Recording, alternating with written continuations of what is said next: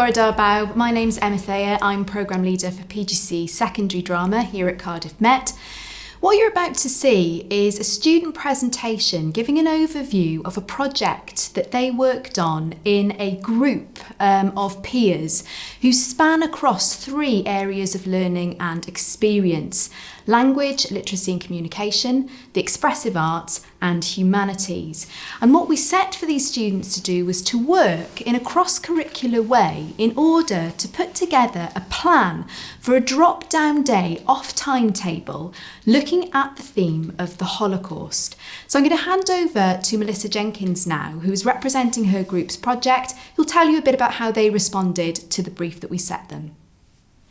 Hi, my name is Melissa Jenkins and I'm from the Art and Design PGCE, which is included in the Expressive Arts AoLE.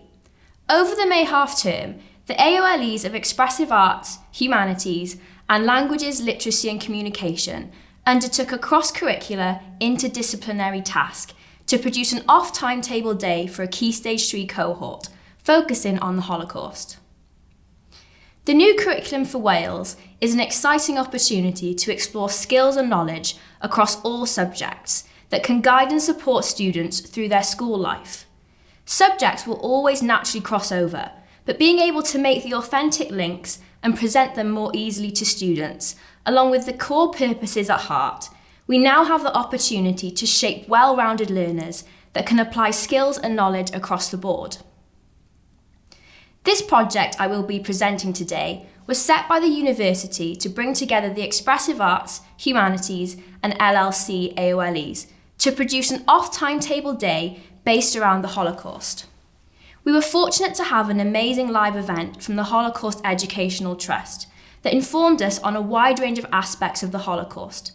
Naturally, it looked at the atrocities and horrors of this event, with a wide context of what the Nazi regime were doing with art, music and literature at the time, but also brought light to the resilience of everyone who was captured and brought into the camps over Europe. The Holocaust is such a sensitive topic and needs to be addressed with care and respect. This is also why we decided to aim the day at Year 9. This planning across subjects gave us the opportunity to explore with a lot of input from specialist practitioners. In our group, we had myself from Art and Design, a music, geography, 2 English and 2 history student teachers to act as experts from the AoLEs. We had many ideas in the beginning and found it difficult to settle on one at first. We eventually decided that our day would be centred around a question: what things did Jewish people do to resist Nazi persecution? This question allowed us then to explore the theme of resistance and resilience within the concentration camps and throughout Europe at the time. Looking at the 4 core purposes, we knew that from this experience, we wanted students to become more aware of the things that were going on within the Holocaust. It's important to engage with contemporary issues, become more knowledgeable about culture, community and society from the past, as this influences the world now, and to respect the needs and rights of others as members of such a diverse society. These were a couple of the driving forces behind the planning of the day. As a group, something that was really important to us was an interdisciplinary approach to the day. We initially tried splitting subjects up, however we quickly realised that entwining and researching together to create the content was the best way forward to make sure skills and knowledge would translate.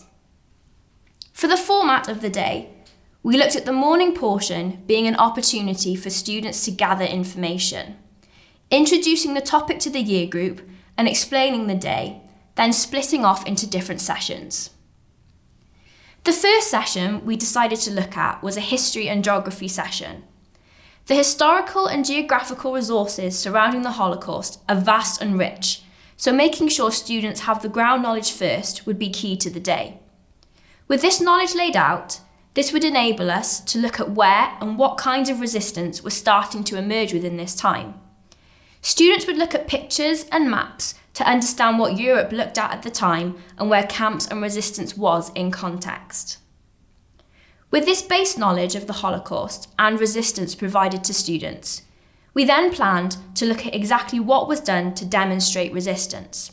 There were a number of things done at this time, but we settled on looking at the Brundibar opera composed by Krasser and Hofmeister, diary entries from people within the camps, and artwork created within the camps too.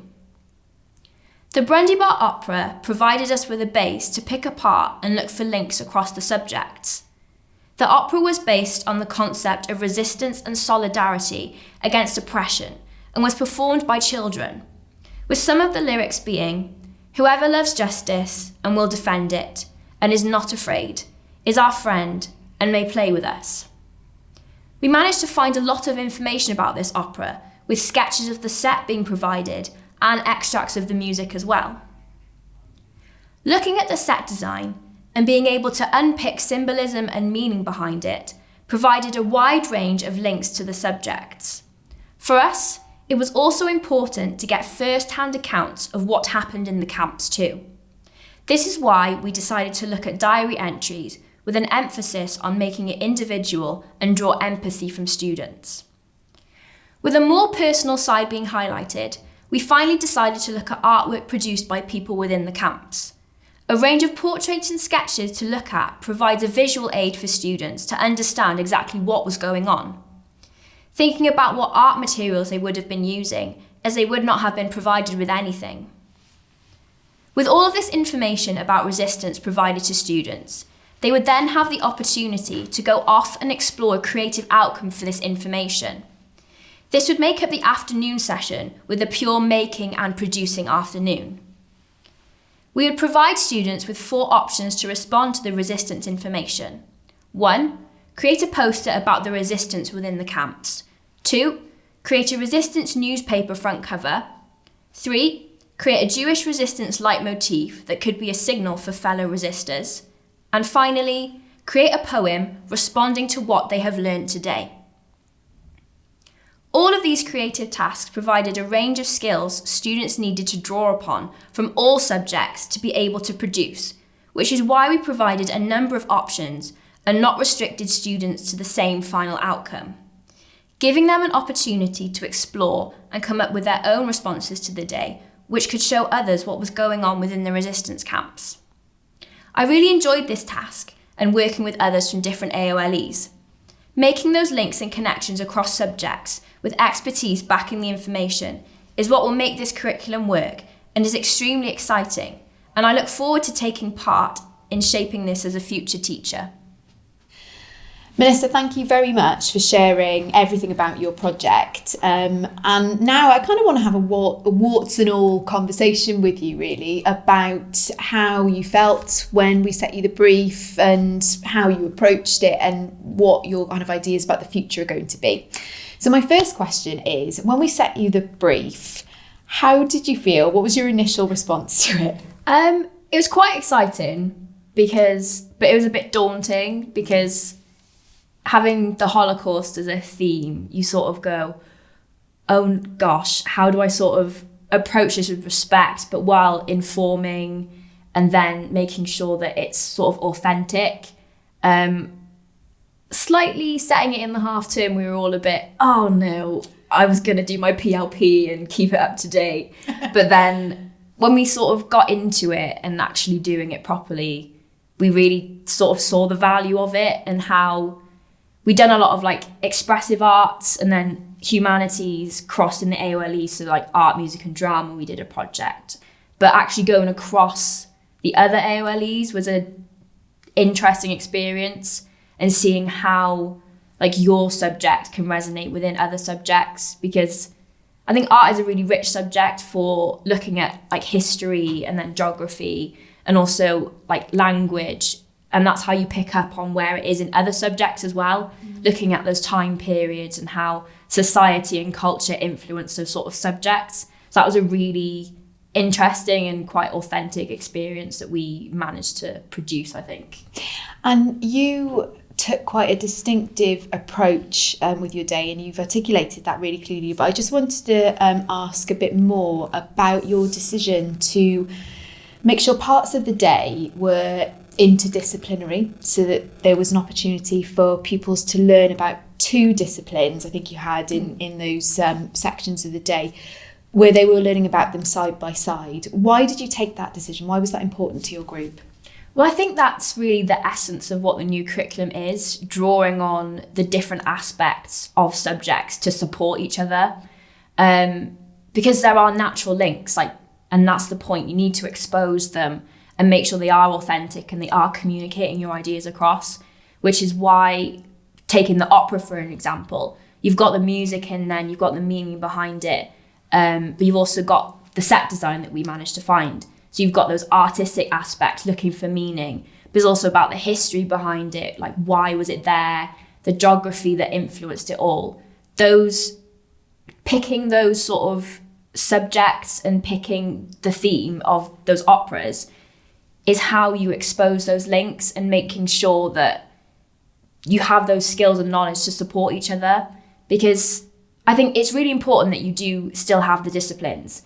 You need to have your set designers of the future, you need to have your musicians of the future, you need to have your historians of the future. That's really important to keep. But the idea of giving them the skills to be able to support what they want to do in the future via other subjects is, I think, a really important way of thinking about the curriculum. And that's exactly why we decided to go down that route instead of, we're going to do a history, we're going to do geography, then we're going to do art and do some making. And that's also why we decided on the outcomes as well, because creating a poster, you've got the literacy elements, you've got the visual elements, you've got the knowledge. Creating a newspaper, it's about design, it's about the content of it. And then the leitmotifs, you've got your music aspects and the knowledge bringing it beforehand. It's all those small things that really support the new curriculum, I think. Thank you very much for those thoughts. And you've touched on some of the aspects that will come through in the next answer, but I just wanted to ask, when it comes to a topic like the Holocaust, sometimes, particularly in secondary, subjects can be planning and teaching it without knowing that it's going on across the school. And without that kind of horizontal planning that we sometimes do, but not always in secondary, we can, at different times of the year, and from a learner's experience, they can encounter the Holocaust in the spring term and in the autumn term in a different subject. So do you think that it's important, and if so, why, to ensure that topics like the Holocaust are covered in or co-planned, and there's a conscious decision that pupils are going to do it at the same time, or that there's co-planning? What are your thoughts on that? I think it is important to have the conversations across the school about what you are delivering, and if it's a topic is sensitive and you need to address it with respect, like the Holocaust, being able to speak to your fellow teachers and plan what you're going to do and how you address it will, at the end of the day, make your students more knowledgeable about the subject, present them with the ideas, support them in forming their own opinions about it. So when they have the experience, like, oh, we've just looked at this in history, I know this, and that can support me in geography. And that's how you get that knowledge and understanding, and that also respect when it's a difficult topic, especially with a lot of the changes that are happening now. We need to start looking at how we address more difficult topics. Where you have things like the Holocaust, you have things like slavery and Black Lives Matter that are coming up now. We need to look at how we as teachers can deliver it respectfully and address it in a way that we are giving them the knowledge to become well-rounded citizens, like in the 4 core purposes. And that's why I think teaching it across the school, communicating with each other, is where it really starts, to be able to give your students that opportunity to investigate it for themselves. Thanks. And you mentioned at the start that there was a bit of trepidation for you as teachers when you were thinking about planning this, because you wanted to give it sort of the due respect and weight that it needs. Did it give you more confidence as teachers by planning your approaches together? You talked a lot about the benefits for the pupils, but I'm wondering, did it help you as teachers? Oh, massively. Like at the start, we were sort of fighting for our own subjects, like, oh, I want to put this in for this subject, I want to put this in for this subject. But when we stopped, on the first day, we stopped and we were like, we need to stop, we need to come back to it tomorrow.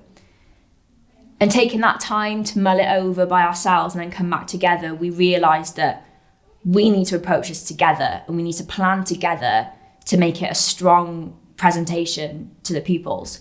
But it also enhanced our own knowledge as well, because I never knew about the Brundy Bar Opera. I didn't know. But now I do, and it's something that I can share with students in the future, and I'm sure the rest of the members of the group. It's small things like that as a teacher, when you draw upon the expertise of each other, that is what's going to drive it completely, which is really important. And that planning together makes it a lot stronger, in my opinion, I think. Thank you, Melissa. So I have one final question for you. You are staying teaching in Wales. You've got a job as an expressive arts teacher. So already we can see that Curriculum for Wales is influencing our job roles. So how will you be influenced, and what will you take from this project and all of the AoLE work that you've done this year on the PGCE programme as an NQT into that first job? And do you have any concerns that you'd like to air as well? I think it's a really exciting time to become a new teacher in Wales, especially someone like me who has a few different strengths in different areas, and I'm sure a lot of other teachers have different interests in other areas that aren't just their subject, which is why I think the new curriculum is so exciting for a teacher. I think taking forward, I'll definitely take the approach that we use in our group, taking it sort of like you're not your subject, you're delivering this content as it needs to be. But I do have some concerns. The fact that some people might not think that this curriculum is the way forward. I think a lot of people might be afraid that the discipline of subjects might lose itself a bit. But I think done right, you have the opportunity to teach the skills and knowledge that are transferable across subjects.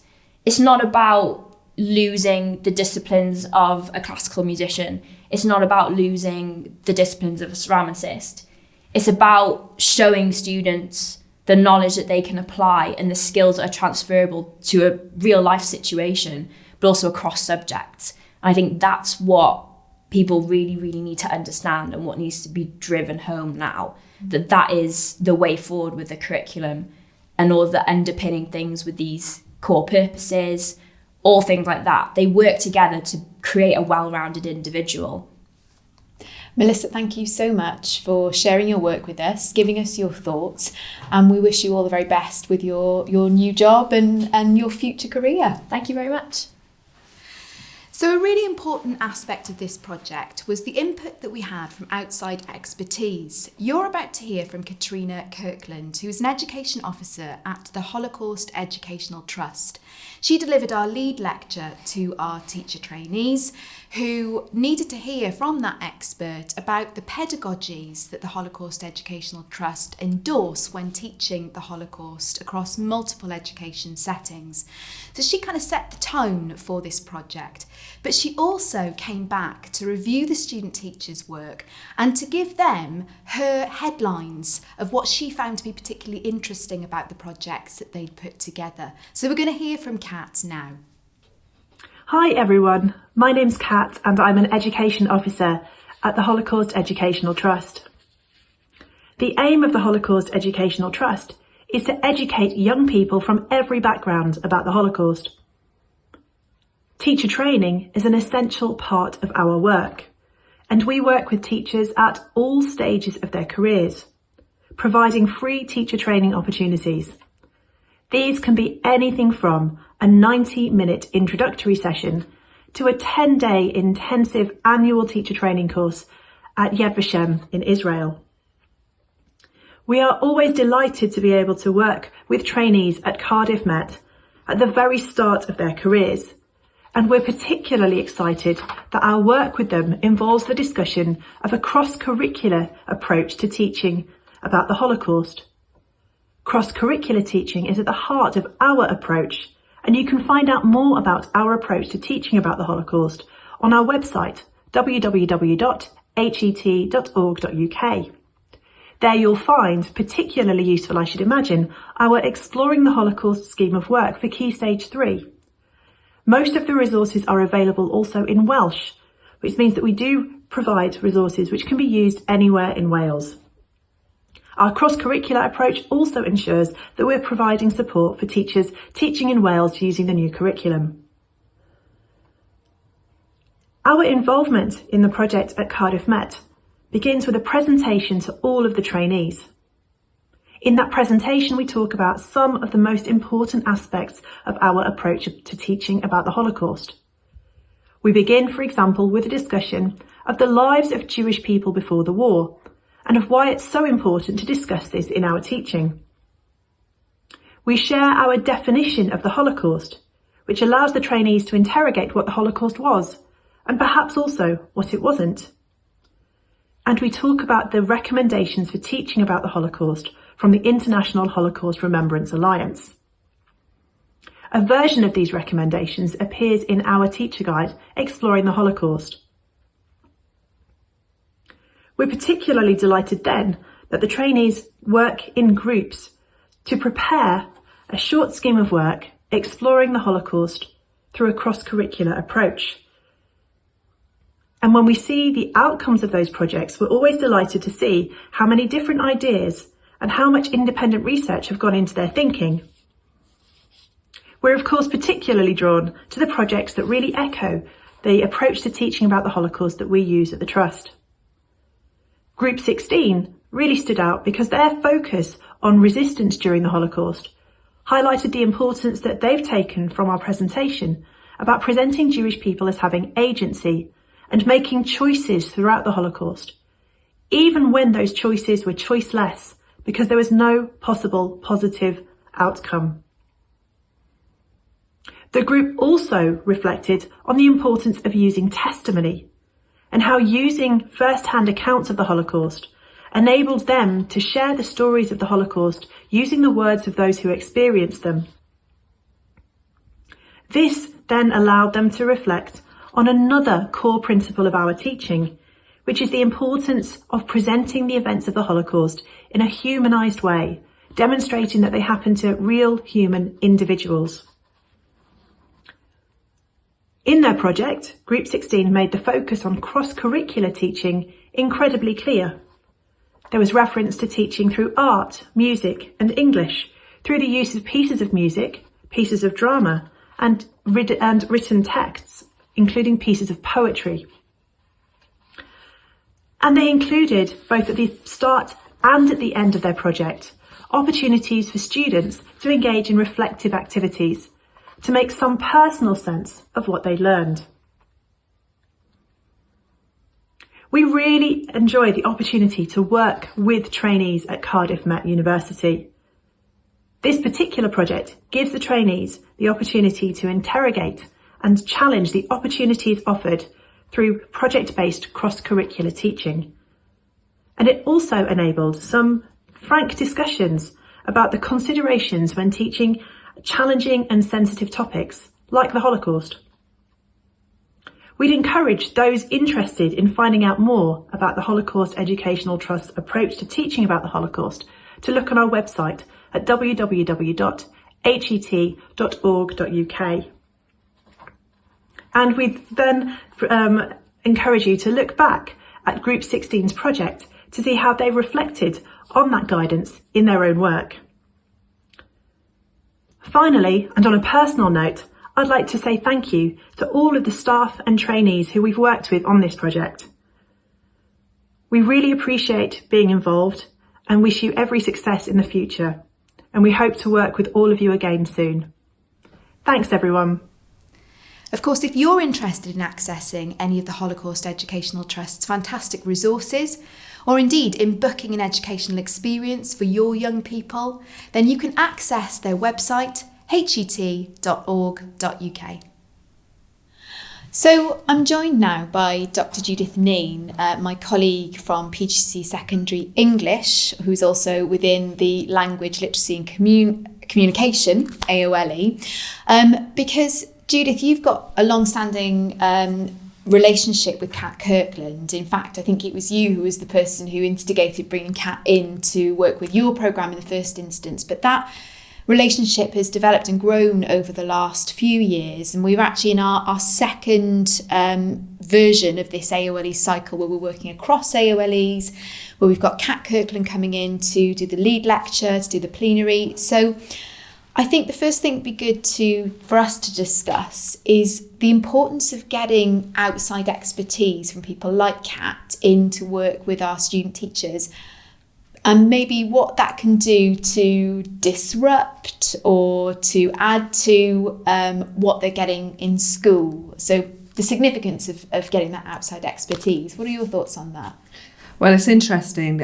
Working with Cat has given me a different perspective on working on sensitive subjects like this. So being able to invite an outside speaker in as a university to have an impact. Originally it was just with the English students, but now we've widened it out. So she now has an impact and talks to around about 150 students. Now that's something that we can do, which isn't easily done outside of the university, I would suggest. But she, as you say, this nice idea of disrupting things has certainly disrupted my thoughts on how to teach sensitive topics. Certainly gave me pause for thought on ways I've taught this topic in the past. It comes up, the Holocaust comes up with a number of texts within English, and really made me think about that.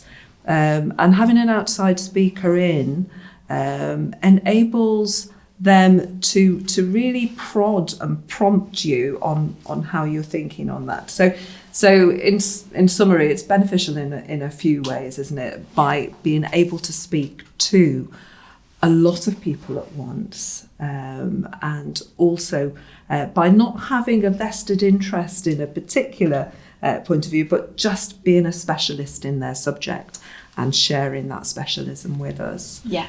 I totally agree, and I would agree with you, particularly on the point regarding sort of challenging the way I think and the way I work with my student teachers about approaching sensitive topics, of which we encounter many in my discipline, in drama. And the particulars that come through, I mean, the Holocaust Educational Trust, they've got some excellent resources that kind of foreground their pedagogical principles for teachers when working with the Holocaust as a topic, as a theme. They've got some resources that are very subject specific and add sort of additional principles. And an important thing that we do as part of this whole project is we've had the lead lecture from Cat, and then we look at it through subject lens. So I thought it might be useful to just tease out some of those complications that come through when we put it in subject lens. If I start with my own discipline, something that we encourage pupils to do in drama regularly is to role play, to empathise, in order to empathise and understand the perspective of the character, in order more broadly to understand the kind of human condition. We might use a technique called hot seating, where we put pupils into role as a particular character and we question them on their experiences in role.